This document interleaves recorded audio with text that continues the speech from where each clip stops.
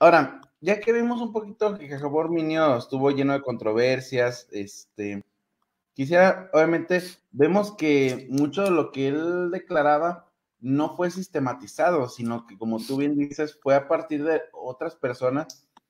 Y ese arminianismo llegó, por la mayoría por medio de John Wesley, digo, de ahí donde venimos los metodistas. Y obviamente de los metodistas nacen mucho del espíritu pentecostal que hay. Por eso la mayoría de las iglesias tienen mucho de ese tipo de soteriología. Ahora, coméntanos, así como el calvinismo tiene, tú acabas de mencionar, supralateralismo y infra, también el arminianismo no es un sistema que esté unificado en un solo, sino que hay varios tipos de arminianismo. ¿Nos podrías hablar un poquito de ello? Ya, creo que actualmente podríamos hablar en general de dos vertientes del arminianismo, ¿no? Tenemos el arminianismo clásico, y que algunos lo llaman reformado también, lo que comentamos, lo que nace de Jacobo Arminio de los remonstrantes. Y tenemos también lo que nace, creo que un siglo después con John Wesley, ¿no? Lo que tú acabas de mencionar, es otro arminianismo. Si bien es cierto, hay un corazón, Así es. una base en común, pero de alguna forma, es que lo interesante creo yo es que John Wesley, aunque él se llamaba arminiano y tenía el diario El Arminiano, pero creo que él llega a sus conclusiones no necesariamente por influencia directa de Arminio. Conocía las obras de Arminio, pero tuvo también otras influencias, y es como que por otro lado él llega también, pero llega a casi las mismas conclusiones, ¿no? En Wesley está mucho influencia de los padres de la Iglesia de Oriente, por Así es. ejemplo, ¿no? Y por eso es que hoy alguien me decía esto alguna vez, que uno de los grandes problemas es que cuando se lee a Wesley, mucha gente lo lee con los ojos reformados o con la teología clásica, ¿no? Y es uno de los peores errores. Wesley está por otro lado, ¿no? Pero de alguna forma llegan a un corazón, a unas conclusiones en común, pero hay ciertos énfasis bastante diversos en el arminianismo wesleyano que en el arminianismo clásico. Podríamos hablar de esas dos vertientes en general, aunque dentro de cada una, como tú sabes, también hay sus debates internos, obviamente, ¿no? Pero en general podríamos hablar de estas dos vertientes del arminianismo, ¿no? Ahora, digo, ya es que, digo, obviamente esto ya es más de chisme de farándula, ya que estaban peleando en el arminianismo por si se perdía la salvación o no se perdía, ¿no? Pero esas son las pequeñas diferencias a veces que puede haber dentro de los puntos de vista.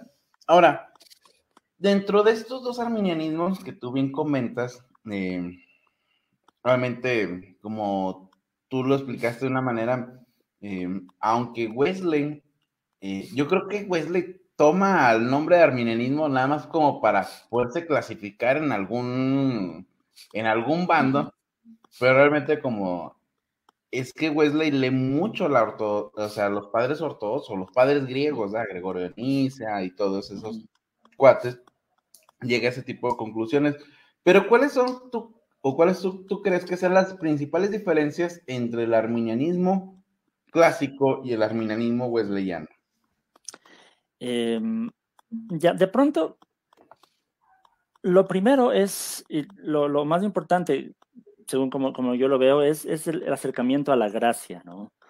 A la gracia de Dios. Yo creo que Wesley hizo un trabajo más profundo y más didáctico incluso, y creo yo incluso más bíblico de lo que en realidad es la gracia de Dios.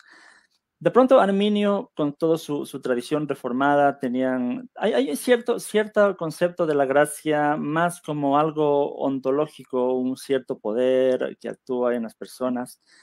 Wesley, en cambio, mira la gracia ya de una forma más general, manifestada desde la iluminación que tiene todo ser humano, como Pablo habla en Romanos 1, por ejemplo, que lo oculto de Dios, lo desconocido, se da a conocer en la creación, en la revelación general. En Romanos 2 habla de la ley escrita en el corazón. Para Wesley eso ya era la gracia, ¿no? Esa es la gracia preveniente. Dios de alguna forma ya iluminando la mente, iluminando el corazón de toda la humanidad.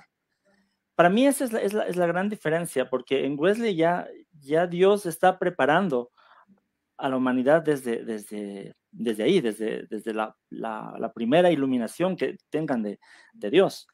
En el arminianismo clásico, ¿no? Y para Jacobo Arminio, en cambio, esta gracia preveniente es algo que se manifiesta solamente en la predicación de la palabra de Dios. Solo el que escucha la palabra de Dios tiene acceso a esta gracia preveniente. O sea, potencialmente es un alcance universal también, pero está dado solamente porque todos pueden escuchar en algún momento la palabra, pero solamente el que escucha el mensaje del Evangelio tiene acceso a esta gracia preveniente.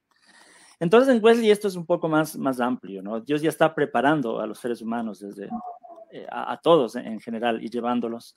Y Wesley va sistematizando un poco más todo este proceso de la gracia preveniente, después la gracia convincente, ¿no? El Espíritu de Dios ya convenciendo al ser humano de su pecado, la gracia justificante, que tiene ya que ver con el hecho de la justificación. Ahí hay también una bastante discusión teológica sobre la justificación en Wesley.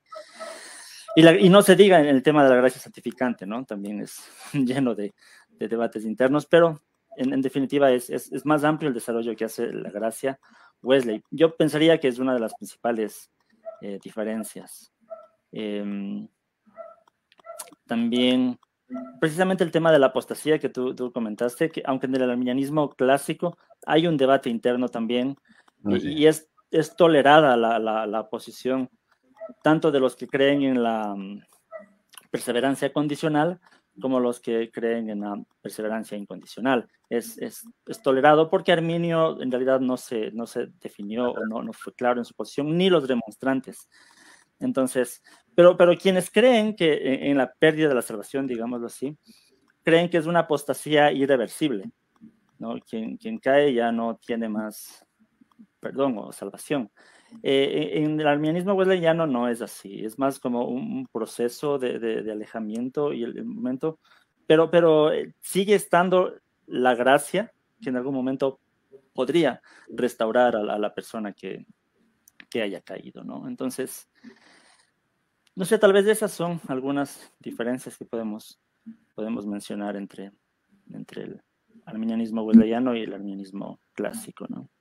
Sí, yo creo que en cierta manera también es por las influencias de cada teólogo. Obviamente Wesley, obviamente no quiero perderme a abordar aquí, o sea, Wesley vive en un avivamiento en el cual empiezan a investigar sobre los padres de la iglesia, y hemos de tomar en cuenta que el anglicanismo es un sistema que ellos mismos se llaman vía media, pero bueno, o sea, entonces cada influencia es totalmente, por eso, aunque llegan a conclusiones parecidas, esos matices pequeños dan diferencias un poquito más grandes, ¿no?